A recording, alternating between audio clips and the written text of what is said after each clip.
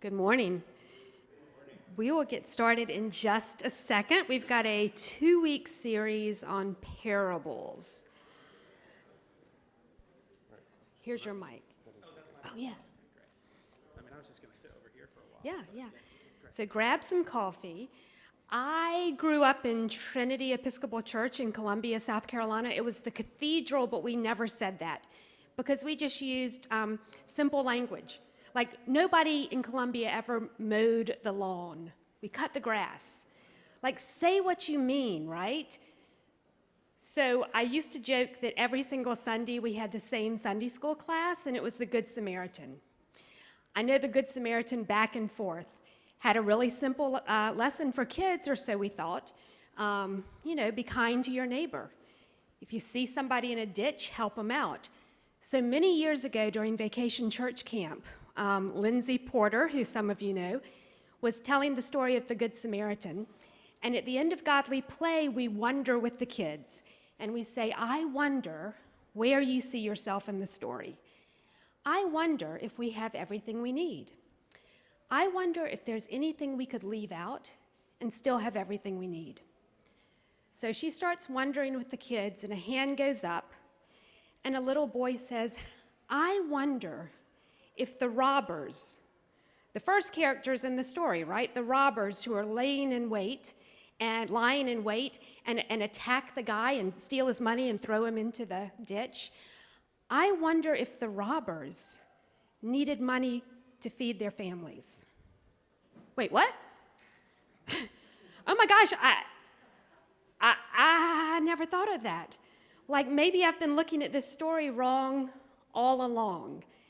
I think anytime you think you know what the parables mean, you might be wrong. But that brings me back to like the difference in mowing the lawn and cutting the grass. Jesus, say what you mean, man. I mean, what is going on here, especially in Matthew? I can sort of deal with the Luke parables, but these Matthew parables, especially the ones we've heard in this lectionary cycle, I don't know what's going on. There's so much violence. There's so much horror. Sometimes there's a little humor, but what is happening? And one day I think I understand it, and the next I understand something completely different. Another little sidebar. My mother used to be in a book club, many years ago, and the assignment was for 3 generations to read Kate Chopin's The Awakening. Do you know that little book? So I can't remember even where I was living, but my mother said, I need you to read this book. It's like under 100 pages, and tell me what you think. Because the idea is that 3 generations of women are each going to see something different in the story. We have certainly found in Bible studies the last couple of weeks, we all see something completely different in the parables. And that might be okay. Amy Jill Levine, who is a theologian at Vanderbilt, said there's several ways to read parables. We should listen to them the way Jewish people would have heard them when Jesus was teaching. That's one way to listen. We should hear them as contemporary Christians. That's another way to listen. We should be careful if our interpretations start to slide into discrimination. If we start to imagine lessons that include, and then the Christians came and did it better. And then, the Jews were in the vineyard, and then the Christians came. Be careful with that one, she says. But if that's what you hear, maybe that's what you hear. Anyway, we're going to start walking through some parables, and then Keith is going to help us imagine some parables of our own. Next week, we're going to introduce you to Godly Play, and we can hear some parables the way our children do. Might talk to you about that later. Okay. It's funny, I love to throw up art into PowerPoints just because it's an easy thing to do. It is very hard to find examples of the past few parables in art. I don't know, tell me why people just didn't want to do those.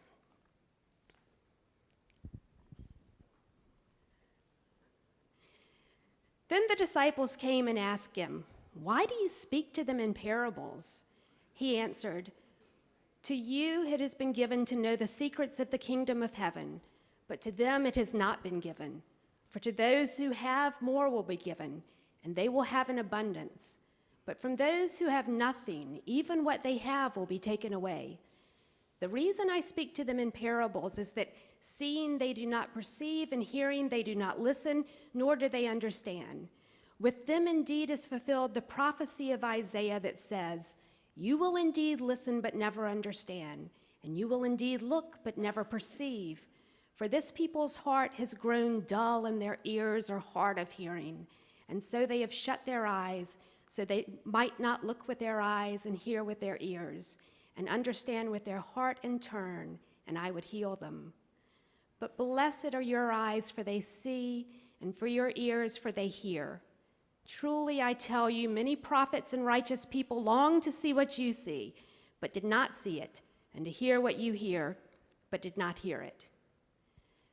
So, maybe Jesus is talking in sort of a secret code so the Pharisees don't understand. He did plenty of things to make them mad, though. He didn't seem like he was trying to hide from them. But, that is one idea. One thing that came up in Bible study a couple of weeks ago is somebody said that Jesus was the first person to ever teach in parables. I will fight you on this one. I do not think that is true.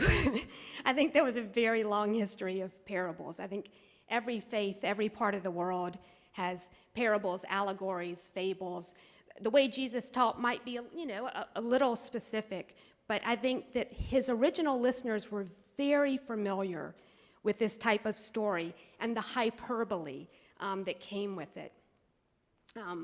In Bible study, I said, "You've heard of Aesop, right? Those were parables." Anyway.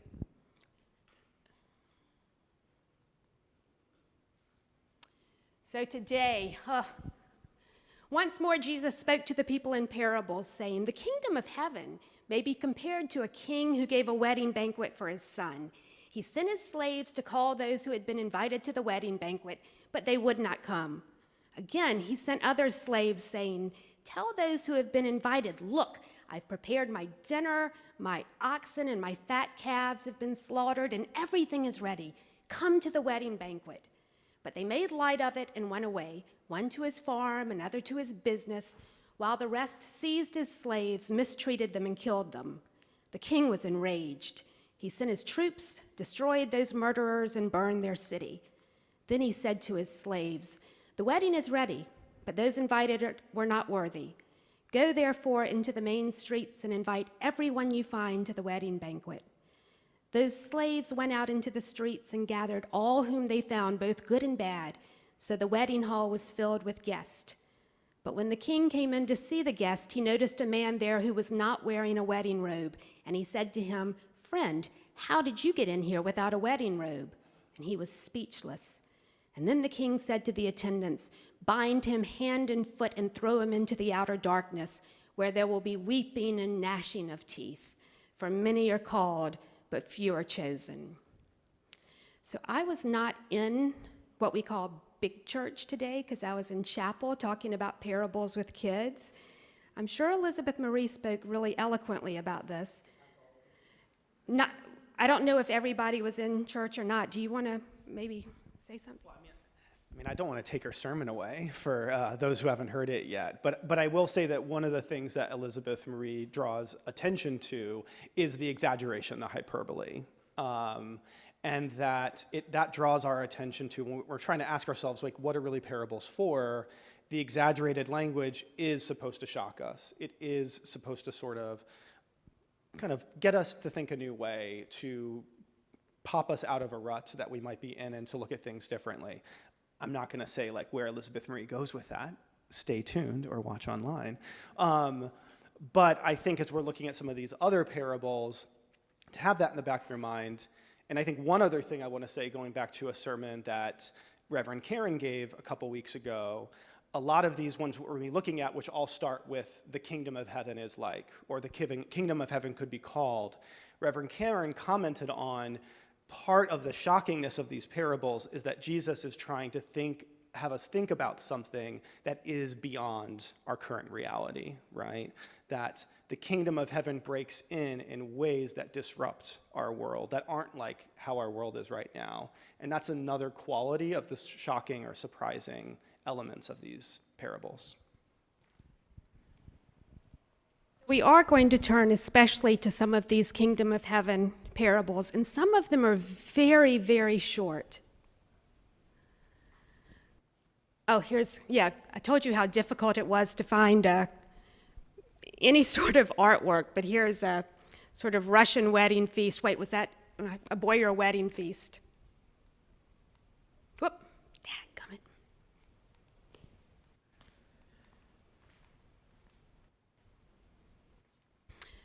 So the parable of the mustard seed. Gosh, this is such an easy one with kids, right? You give them each a little seed and they put it in a little bottle. And they go home thinking, even if I've got just a little bit of faith, it can grow. So he put before them another parable. The king of heaven is like a mustard seed that someone took and sowed in his field. It is the smallest of all the seeds, but when it is grown, it is the greatest of shrubs and becomes a tree, so that the birds of the air come and make nest in its branches. All right, well, so that doesn't happen, right? I mean, a mustard seed never grows into a tree. Okay. Just noted. He told them another parable. The kingdom of heaven is like yeast that a woman took and mixed in with 3 measures of flour until all of it was leavened. I mean, not sure why they would want leavened bread, right? I mean, they were, what's going on here? But it was easy to find artwork, so. Okay, 3 really short parables. The kingdom of heaven is like treasure hidden in a field, which a man found and reburied. And then in his joy, he goes and sells all that he has and buys that field. The end. Again, the kingdom of heaven is like a merchant in search of fine pearls. On finding one pearl of great value, he went and sold all that he had and bought it. Full stop.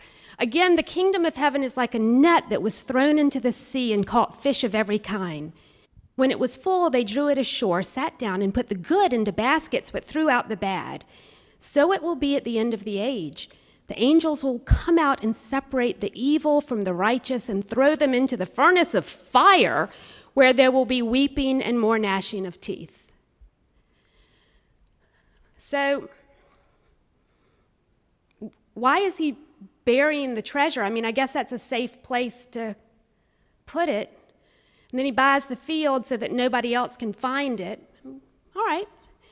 And then the merchant sells off everything he's got for this one fine pearl. Who are the suckers that are buying his stuff that isn't worth anything? I mean, it seems like kind of a jerk move. I mean, sure, he's found something great and he's sacrificed everything he's got, but somebody's buying the rest of that stuff. Also, what is he going to do when he finds he doesn't have any money to live? Is he going to sell the pearl? Is he going to make a profit? Or maybe he just keeps it, and that's the point. And just looks at it like Gollum? Well, I mean, okay. So then we're throwing out half the fish. It says they were bad, but presumably they were just swimming around. How bad could they have been? How many people could those fish have fed? I mean, we've got some problems. I have some problems with all of these. It seems so simple at first. So I have spent the past week at Duke Hospital with my brother, who has allowed me to say that out loud. And we spent a lot of yesterday talking about these parables. My sister flew in from the West Coast, and we had the best time talking about these parables and talking about like what they all mean. Keith had challenged me to write a parable.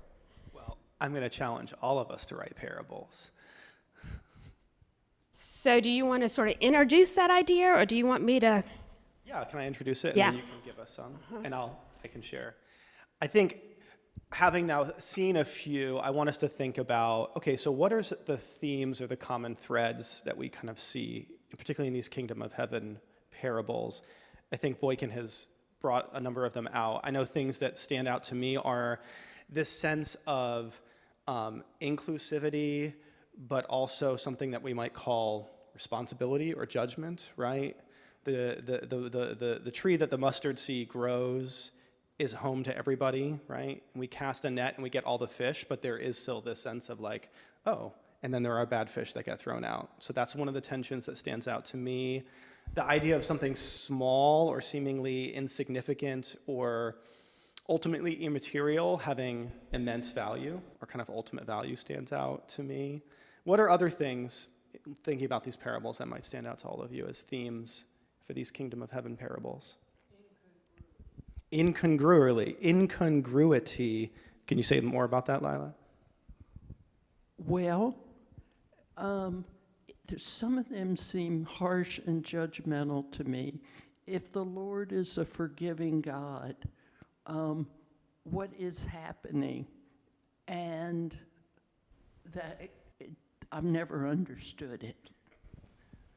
Right, kind of a perplexity to them. Scott, Don, did you have something too? Or you were just trying to help Scott out? No. I just kind of had a question about the last string of parables. Were they from Matthew? Yes, but some of them also show up, like the mustard seed, I guess, is in all the in all. Some of these also show up in the Gospel of Thomas. So, but Well, I only want to say two things about that. Number one, in reading the Gospels, there's a lot of overlap. Mm-hmm. But I find Matthew in particular seems to have lots of dichotomy. Do this or this is going to happen. Do this or this is going to happen. Do this and you'll be blessed. But if you don't do it, you're going to be, and it's the worst thing you can imagine. And that's kind of how Matthew rolls. But to me, that seems very much like a lot of Hebrew logic, and that would make sense to people who were still trying to figure out whether they wanted to embrace this new Christianity thing, and when their whole family history had been Judaism, and they thought they were faithful Jews, and maybe even had been friends of Christ, although now that I think about it, the Gospels were written so much after that, they probably doesn't make sense. But the point I'm trying to make is, I think Matthew, the stories come across a little differently. And then the other point I want to make, which isn't really related so much, but this verse 47 about the net and the fish, that would make perfect sense to a fisherman who's used to bringing in a haul and going, what a wonderful load of fish this is. Now, where are the new workers, the lower class workers, the people that we're going to have do the grunt work, get in there and take out the ones that we can't take to market. Because there's going to be a bunch of stuff in that net they don't want to keep. Now, Matthew would say they're going to be thrown into the furnace of fire and there's weeping and gnashing of teeth. But I think most fishermen would say, well, we're just going to throw that stuff back. such good points. And can I thank you for reminding us that this would have been an oral storytelling tradition and that they would not have been written down. In the version that we're seeing now, they may have been tinkered with a little. Yeah. So to answer Keith's question, I guess, it feels like this is sort of a way to like sidle up to really uncomfortable issues. And I guess maybe that's also why I feel a little uncomfortable writing my own, because like this whole sorting out, the sorting hat business, I still feel pretty uncomfortable telling a different story about how things get sorted, right? The kingdom of heaven is like a hospital. Yeah. And just while I've got the microphone, a comment that, I've taken an interest in Buddhism over the last year, and, this kind of reminds me a bit of the way that, like, people would authenticate enlightenment with these, like, tautological and anti-tautological statements, just like, I'm kind of making one up, but it'd be like, the grass flows into the trees flow into the grass doesn't flow into the trees, and then, like, study this carefully. And the end, you know, right? And after reading that for a while, it's sort of interesting to come back to the parables and immediately just think like, oh, well, like what is the net here in this story, or what is the blah, blah, blah, without assuming much. The kingdom of heaven is like a hospital. There is suffering in all directions. And your brother has an NG tube and can't eat anything by mouth. And at 6 a.m, your deacon shows up and asks if you want to pray. And your brother says, nah. And your deacon says, you want to go to Starbucks? And I'm like, yeah, I want to go to Starbucks. We go down to Starbucks. That guy buys me the biggest coffee, and he says this receipt is good all day. This coffee, you can get refills for 24 hours. And I go back to the room. They've taken out the NG tube, and they've brought my brother chicken stock broth, just broth. And he's like, this is the best thing I've ever tasted in my life. You know, he could have complained that there weren't any noodles. He's like, I've never tasted anything this good. And they said, we're going to keep that going all day. You guys, much broth as you want. The kingdom of heaven is like a hospital. Let me tell you about the nurse who was leaving her shift. She had her keys in her hand, she had her jacket on, she had her backpack, and my brother's epidural meds gave out. She came in, she took everything off and said, I'll fix that. So one thing I want to draw out of Lowe's last comments and Boykin's too is the idea that Scott touched on, that these parables would all use things that were immediately accessible to folks, right? The mustard seed, the fish. And so they are in the contemporary tongue, right? And like Boykins picked out this idea of seeing yourself in different parts of the story and, how'd you put it, suffering in every direction. But also promise, but there's the soup, but there is the coffee. Because you're not going to live anywhere else. Nobody wants to go to the hospital. But if you don't go to the hospital, you're not going to find the life that you're looking for. So suffering and life, they're right there. Thank you for the Zen. We can go Buddhist, right? But before we invite you into writing your own, which we are going to do, I can't subject you to this and not share my own. So here are a couple of mine. This is sort of my version of the pearl of great price. The kingdom of heaven is like the venture capitalist who, upon hearing the best business pitch of his life, quickly took his entire fund and invested it all into that one idea. The kingdom of heaven is like the owner of a luxury apartment walking through the streets of a city handing out keys to every unit for free. When he tried to offer units to business folks, to people with jobs, they ignored him, never breaking their stride. They were too busy getting on to their jobs. Next, he went to a college campus and tried to speak to people there, but the learned professors dismissed him as a fraud, and the students mocked him as a crazy man. Finally, he approached the poor panhandling on the street, the hungry in line at the food bank, the unhoused sleeping in tents, and they gladly moved into the rich man's tower. When the rest of the city learned of this, there was outrage in the streets, but the owner replied to the angry crowds that he had made the same offer to all that he met, and the tower was now full. So, we're going to take 5-ish minutes, maybe a bit longer. I want to invite you to take some time to think about, if you were to compose your own parable, what would it be? We have notepads and pens for people who want to write hard copy old school. You're welcome to take out your phones if you prefer. We also have some Bibles if you wanted to look a little bit more. We'll keep those up there, but a couple other parables if you wanted to look at. And then we're going to invite you to share if you're at all comfortable. Questions? Okay. We do have questions. Who had a question? Yes. So contemporary imagery is acceptable in space? In fact, in some ways, yeah.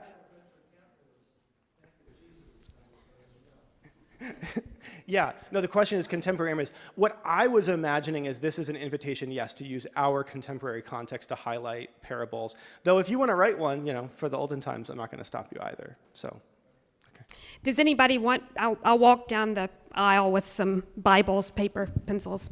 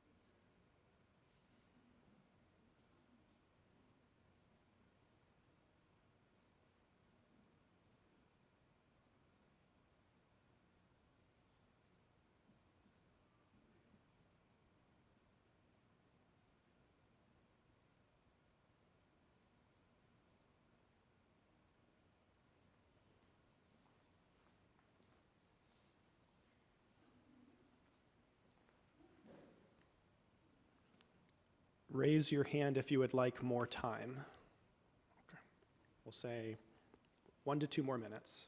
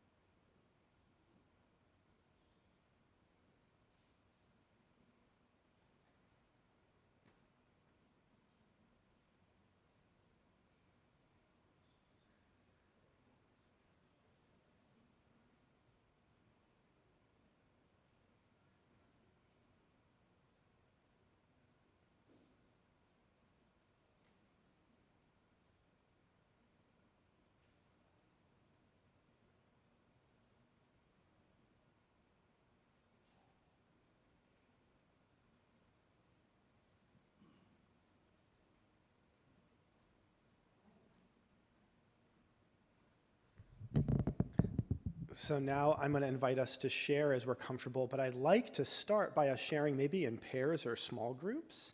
And ideally, I would love for people to get up and maybe share not with the person they're sitting next to or happen to be sitting next to, or even better, if you see someone here maybe that you don't know or don't know that well, if you could get up, introduce yourself to that person, and then share your parables. So I would invite you to get together in groups of 2 or 3 and do that.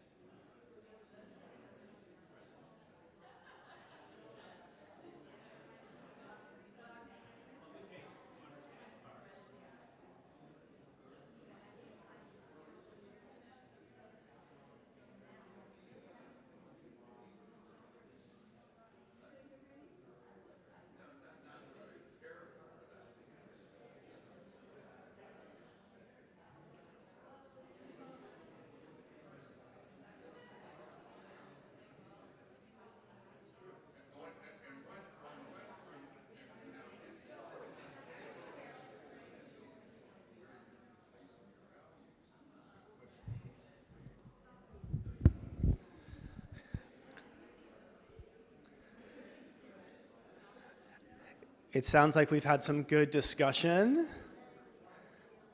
Are there, oh, raise your hand if you want more time. Oh, sounds like we want to finish up. I was going to say, and we can do this again next week. Are there brave souls who would be willing to share their parable with the group? Got one first here, and then I'll come back to you, Lindsay.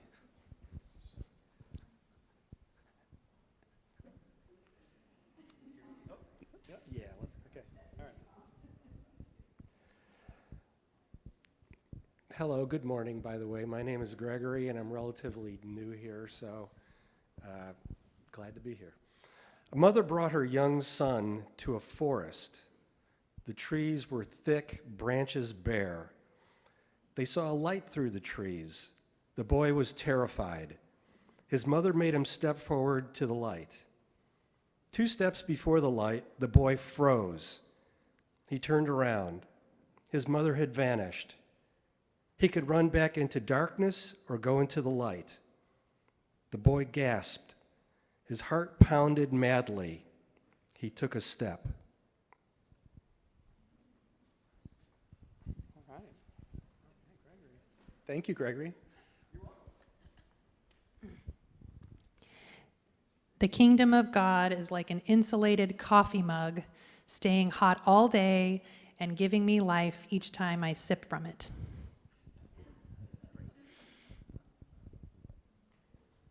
Snaps, we had some snaps there, yeah. Lila, yeah. Yeah, and thank you, Gregory, for saying your name. Maybe we could all say our names. My name is Lila Wolf. I have 2 quick ones. The kingdom of heaven is like a man whose only child was killed in an accident, and he said, I've been to the bottom, and the foundation is firm. And the second one, both of these are true stories. The second one is a young woman who was born without any arms. And so the kingdom of heaven is like someone born with no arms who learned to eat, type, and draw with her feet.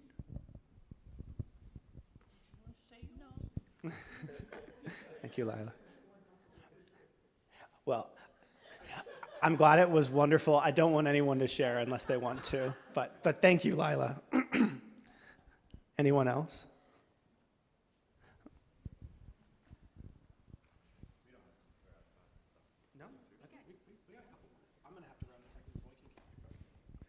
The kingdom of God is like an explorer lost in a cave who finds a map, but the map leads through increasingly narrower passages, going deeper and at times away from fresher air. But as the explorer goes deeper, they find others with similar maps. Darkness and exploring like Gregory's, I hear, yeah.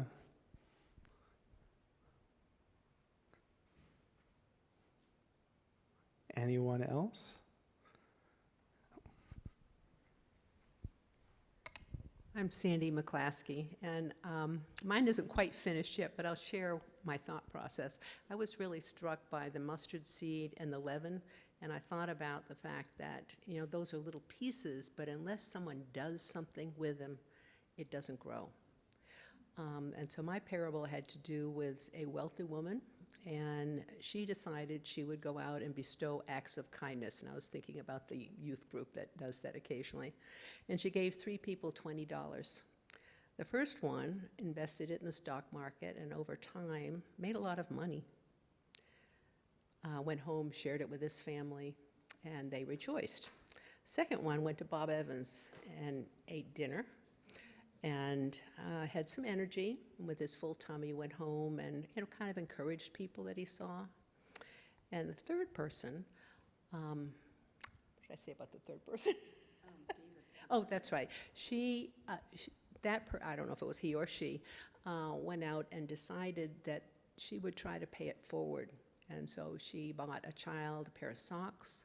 She bought a cup of coffee for somebody that was thirsty. And she did other acts of kindness. Which person used their gift the best?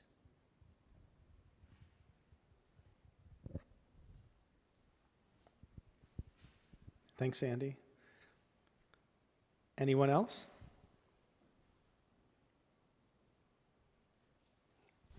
I will say, like, after you've worked all the New York Times puzzles you can possibly work, this is a really fun party game.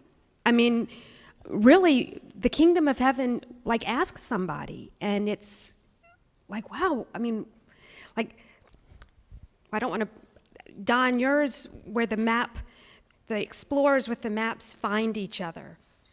Like, I love that idea of community. I love all of them, but like the community coming together. And I think Matthew's parables especially are trying to teach us how to live in community. What to do, what not to do. I mean, just, that's what I think today. Might change my mind tomorrow. So we can do this again next week if you think about it and you're like, nah, I got one now. Bring it. But we'll also show you godly play and wonder together through some kingdom of heaven parables, and maybe, I'm looking at Lindsay, she doesn't know that I'm going to ask her, you don't have to do it, but I got some ideas. What if we took some of these kingdom of heaven parables and made them into a godly play story? I got time on my hands. What do I? I'm joking. I don't have any time. Yeah, thank y'all so much. See you next week, I hope.